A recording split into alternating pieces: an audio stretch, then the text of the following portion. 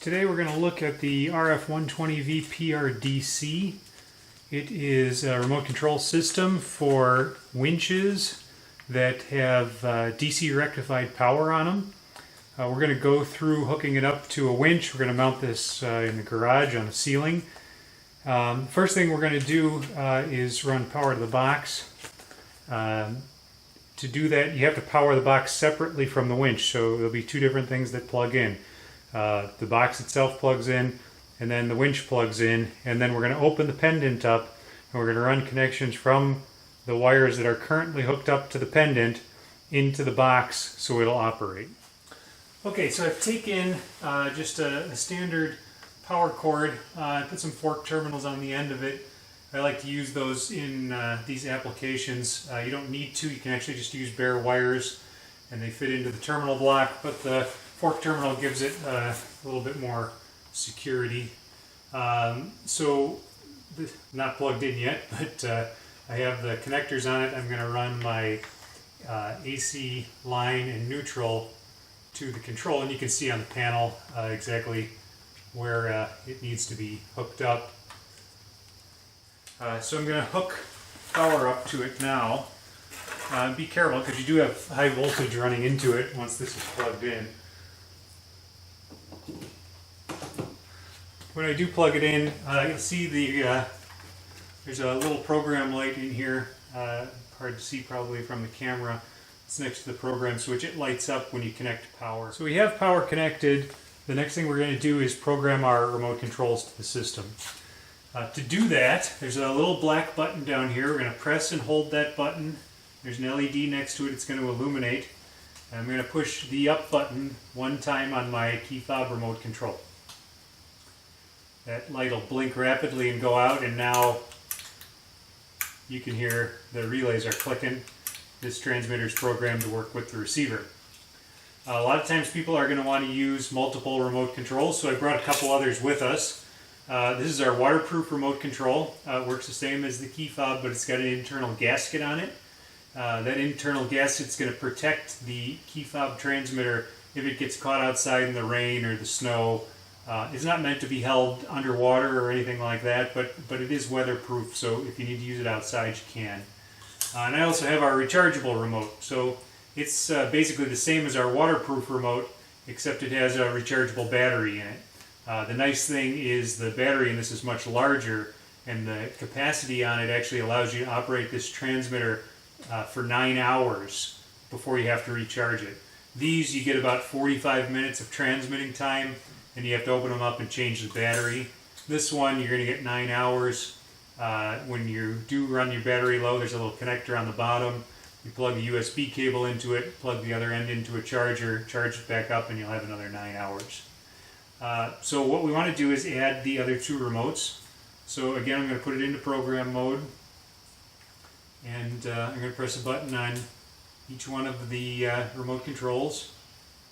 It'll blink once for each one of them, and now you'll see all three of the remotes are going to operate the system. If you do ever want to erase the memory of your remote controls, you can do that as well. To do that, you're going to press and hold the program button until the LED turns on. Let go and then press and hold it.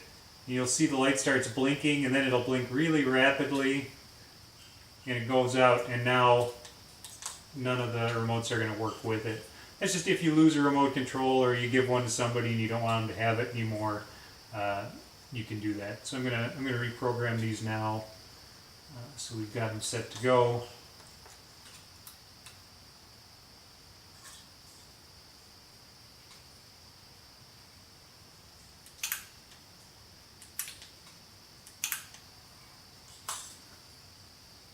Alright, so the last thing we're going to do is show how to set these up in latching mode. So when we program the remote controls the first time, we press the up button on the remote control. Pressing the up button is going to put the unit into momentary mode. That means I hold the button down, and while I'm holding it down, the unit is operating. When I let go, it stops. Typically on a winch control, that's how you're going to have your remote control work, but sometimes people want to put them in latching mode. It's something you need to be really careful with using a control like this, because it's going to run until your remote control is released. So to put them in latching mode, you do the same thing. You're going to press and hold the program button until the LED comes on, and then on one of your remotes you just need to push the down button. And the down button is going to put it in latching mode. The up button puts it in momentary, down button for latching. So now you'll hear if I push the button, it's going to latch on. I push it a second time and it latches off. I want to keep mine in momentary mode for what we're doing, so I'm going to set them up that way. It's going to be the last unit that you program. That's going to be the mode that the unit stays in. So if you do ever want to toggle between momentary or latching, you can do that. Just take one of your remotes, put it into program mode, and you can set it up for whichever mode you want. Okay, so to connect this unit, what we need to do is take the pendant apart. When you open the pendant, there's going to be 4 wires connected to it. So what we need to do is disconnect these 4 wires from the bridge rectifier. Typically, your black and red wires, your black's going to be your DC negative, and your red is going to be your DC positive. That's where they're going to connect on here. And then your other 2 wires, in this case they're white and brown, that's going to be your motor lines. So the first thing I'm going to do is disconnect those wires and this little clamp that they put on the top, so we can run these into the remote control box. And you can get rid of the pendant then. We actually have right here a manual switch that's mounted to the receiver, so if you do lose your remote control, you can still operate the winch, even though you don't have the remote. So there is a manual switch for it if you need it. Alright. So I'm going to disconnect these again. Red is going to be DC positive on this one. Black's going to be DC negative. White and brown are going to be your motor lines. If you've got different colored wires, you'll have to take a look at the bridge rectifier that comes with it and check the wiring on it before you go ahead and hook it up, because you don't want to hook it up incorrectly. If it's not working properly, that might be because the wire colors are incorrect. So so you know, the motor lines, we've got connections on our box, motor 1 and motor 2. It's not going to make a difference which wire is connected to which terminal, unless you want the transmitter to work in a specific way. So if you want, you know, up to be out and down to be in, then you're gonna, and if you wire it up and it's backwards, what you'll just want to do is switch those motor wires on the terminal block. Again, these are the wires that are coming off the bridge rectifier in the winch. So it's nice they're already terminated for us. I gotta get the screws out. Okay, so we're going to run these through the grommet we have on the box. Myself a little more slack here. And then we can make our connections. Once you have enough wire through, you can tighten these grommets down. They actually squeeze around the wire and give you a watertight connection. So if you do need to mount this box outside, you can do that. We always recommend these get mounted facing down. That way, if any water does get in, it just leaks out the wireways. Okay, so again, our red wire is going to be our DC in positive, and our black wire is going to be our DC in, and then our 2 motor lines. Brown wire to motor 2.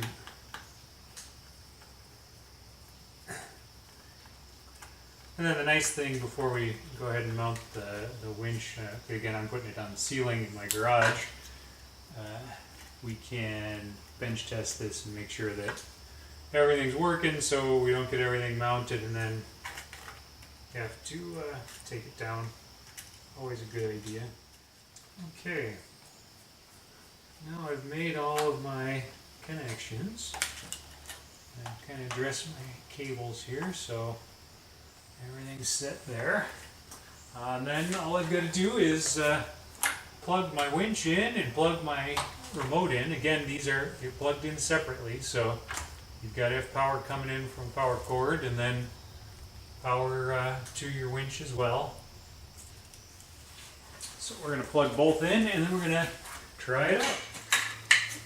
Okay, so we have power connected to the winch. I've got my remote control out. Be careful when you first start this up, because if you do hit the button the wrong direction, it's going to pull your hook in. So be ready to let go if it starts pulling in, because it can get caught in there. Again, I have the brown wire hooked up to motor 2, the white wire to motor 1, and I know that my down button actually is going to release cable. So I'm holding my remote down. When I let go, it stops. Again, other button pulls it in. If we were to put it into latching mode, again, got to be careful with that. But I'll put it into latching mode so we can show that. Now that's going to run until I hit the down button again. I bring it back in, and it's going to go until I hit the button again. Again, if you've got it in latching mode and you're retracting it and this thing hits the end of the travel, you got to be careful, because you could do some real damage to the winch or what it's mounted to or what you're working on. So I'm going to keep mine in momentary mode now the rest of the time.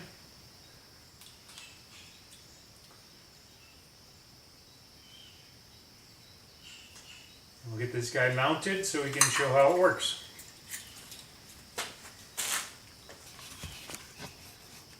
Okay, so we have our winch mounted. See that? And then it's plugged in up there. We also have our box mounted to the wall over here. That's also plugged in. Well, you'll see now I can lower or raise the winch. I can also come over to my box and do the same thing.